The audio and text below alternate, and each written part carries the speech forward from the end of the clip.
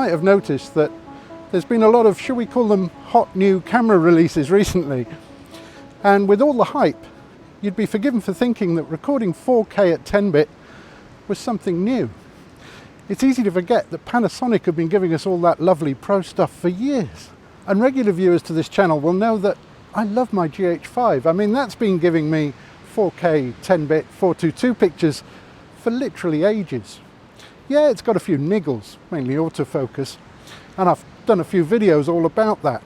But I love the Panasonic colour science, and it's been a really good B camera for me. Then there's the S1H. That's a full frame 6K powerhouse of a camera. It's so good I couldn't help but compare it to the big boy cinema cameras.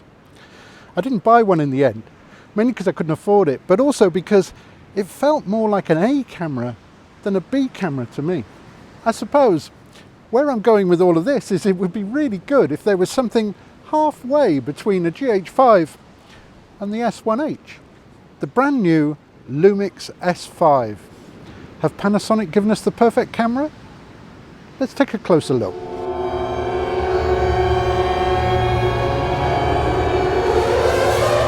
Ta-da!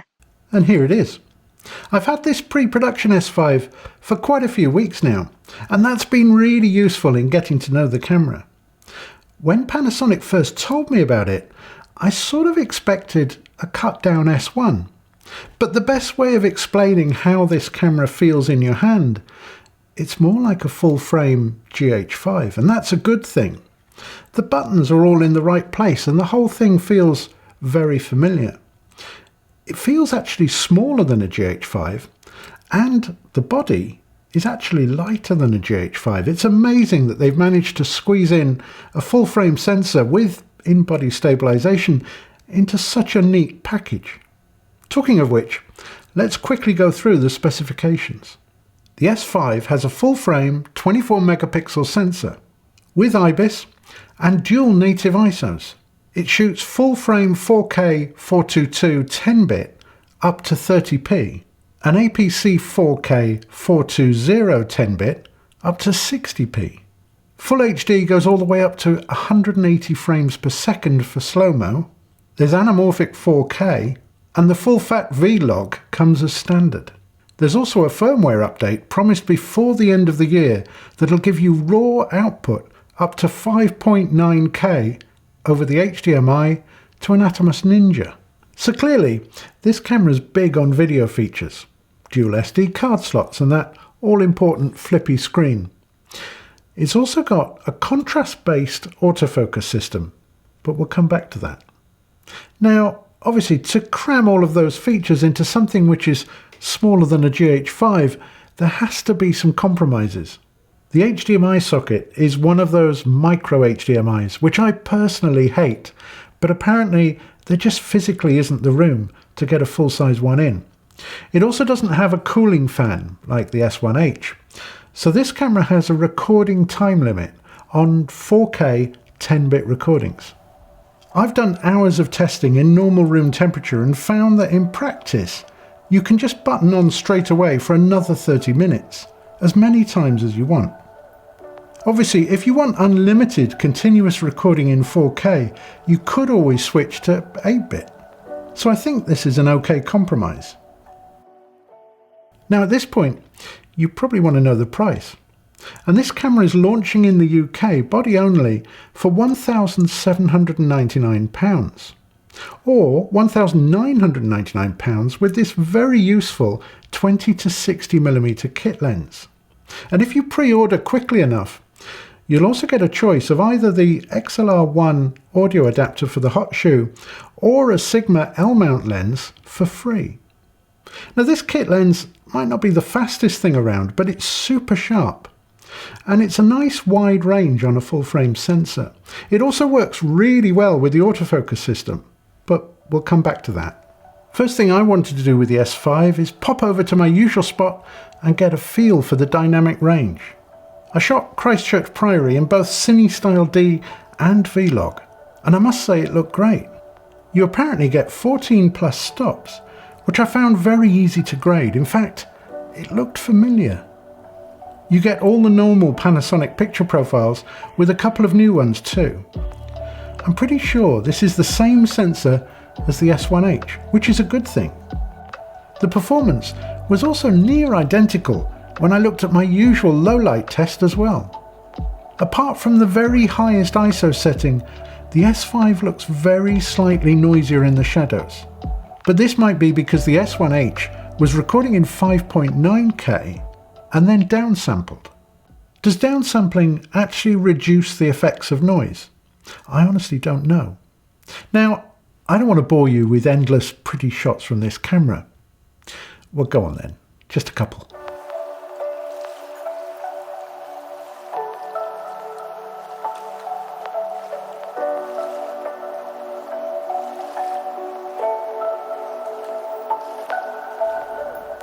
Once again, to me these pictures look remarkably similar to the very impressive S1H.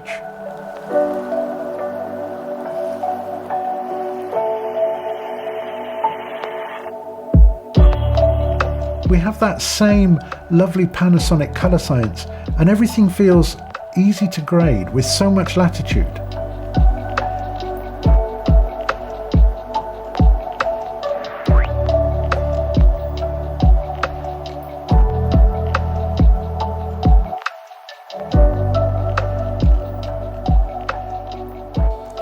All of these shots were using the new autofocus system, but we'll come back to that.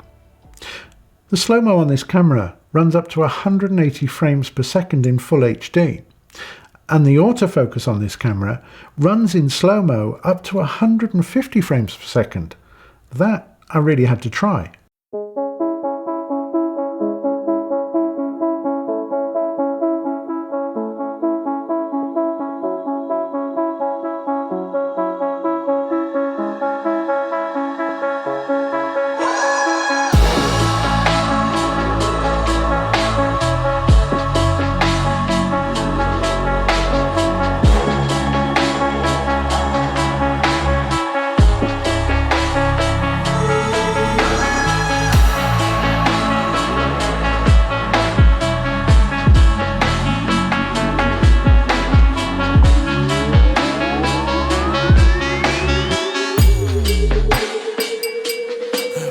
Yeah.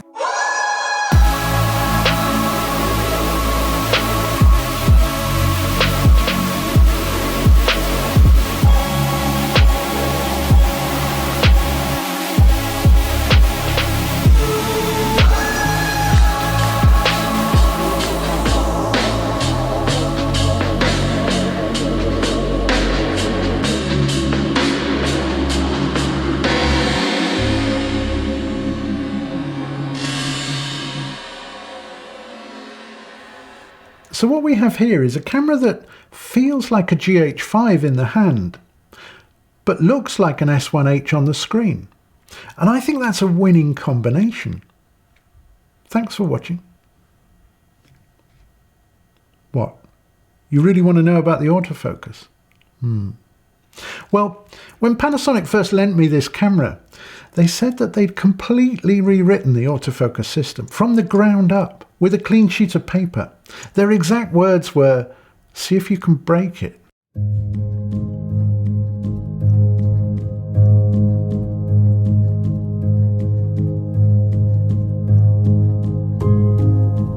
So I've spent hours walking up and down towards this camera. In fact, I can confidently predict that YouTube will shortly be full of people walking up and down towards the S5. But what is clear straight away, something has definitely changed with this system.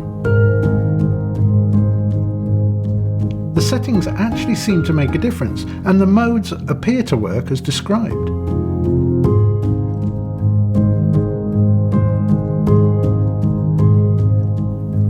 I did find that the autofocus system worked even better when shooting at 50p rather than my normal 25p.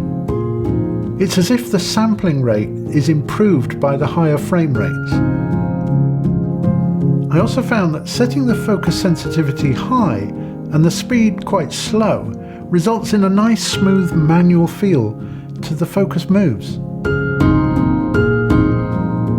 My results at home were surprising. but I needed a second opinion.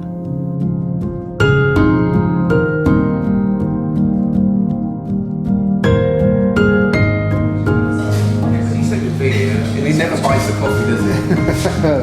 Okay, new toy. That is nice. Whoa. Gimme. Over to you. Gimme. You want it? Gimme. So what I want to know is, do you think the autofocus works? Does the autofocus work? Where'd you get this? This doesn't exist yet. I think it's on facial tracking at the moment, so it should have a box and an eye. It has, but I haven't got my glasses on, so I can't really tell. You could have warned us. This is why sometimes you might need autofocus if you forget your glasses on the job. Right, ready? Yeah. It's recognising you. It's got a box round you. Yeah. So it's I'm guessing you can change the speed of the focus, right? Yes, you can. That's all nice. Then Do a catalogue. and then it finds you straight away. Well, that works all right. Oh, that was good. Yeah. I like that. Yeah. You're doing products. Oh, that was a quick focus change. Well, what? That's all me. It's 25 years, that is. 25 years of what? To do it that smooth without overrunning. You talking to me? You talking to me? You talking to me? I don't see anybody else here. You talking to me? Maybe my new quiet friends, Bob and Claire, would be more of a help.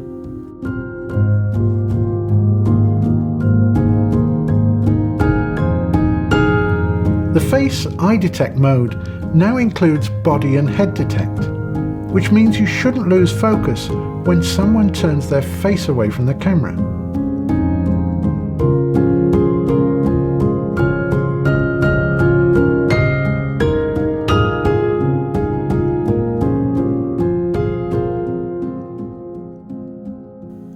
The AF also now includes animal detect, and I was trying to think what would be a really good test of this system. And then I thought of the squirrel test from the Camera Conspiracies channel. And that would be fitting because he's already been criticising the S5 for having a contrast-based system.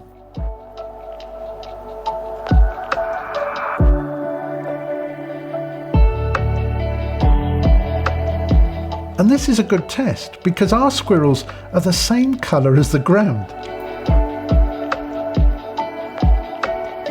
But they're clearly more intelligent squirrels. Have you noticed how pretty British squirrels are? Well, compared to those ugly rat things they've got in Canada, they're not proper squirrels. But I digress. All this testing of autofocus systems is pretty boring to watch, and I realise it doesn't make great content. So how about I try to shoot a whole story, using nothing but available light and full autofocus. I won't touch this lens. Meet Ben. My name's Ben Irwin, and I'm a prop maker and an artist. How did I get into model making? So it was through television, really. I went into the art department, and I learnt through a baptism of fire of working on live television. So it was, kind of just make everything. I did a show called The Big Breakfast. I do a lot of advertising. I do tend to do live experience adverts.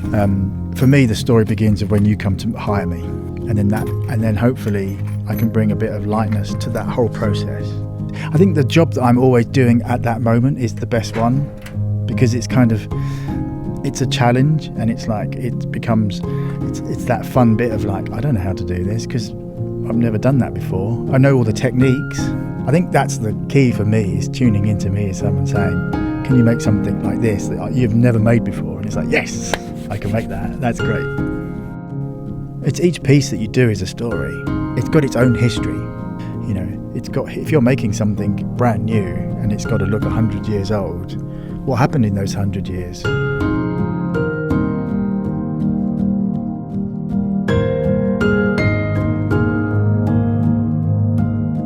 You know, and that level of patination that you can put on makes that prop even better, and it makes it even more kind of like believable. I would say that I'm a surrealist, and that I would definitely put myself in that camp. And I think the type of work that I make is a surreal vision of the world at times, and it becomes, and I think that's where I can kind of delve into those, scratching those itches, is by making the things that are in my head. And I think there's always I'm interested in telling stories. I think that's the baseline, is storytelling, and it's however that manifests in my head, whether it's making puppets or making my own artwork and stuff. It's always about telling stories.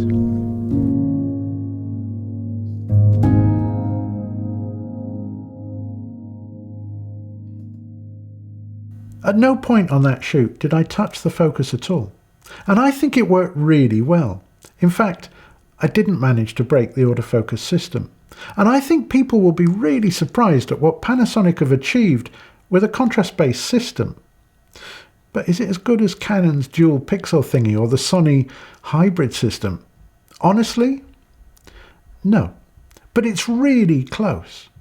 If I was to score the Canon AF, I'd probably give it a 10 out of 10, and Sony would be very close with a 9.5 out of 10. The Panasonic Lumix S5 autofocus system, I'd probably give this a healthy 9 out of 10. It's really close. In fact, it's so close that I think the autofocus system on Panasonic cameras is no longer an issue. So this camera has answered a lot of questions, but it also raises a couple. What about the S1 cameras? Have they been left high and dry? Well, the good news is that Panasonic have said the autofocus system will be firmware upgradable on the S1, the S1R and the S1H. So S1 owners can relax. And the second question? Well, with such a good, small, full-frame camera now available, are we still going to want a GH6? I think this camera is going to be really important for Panasonic. Thanks for watching.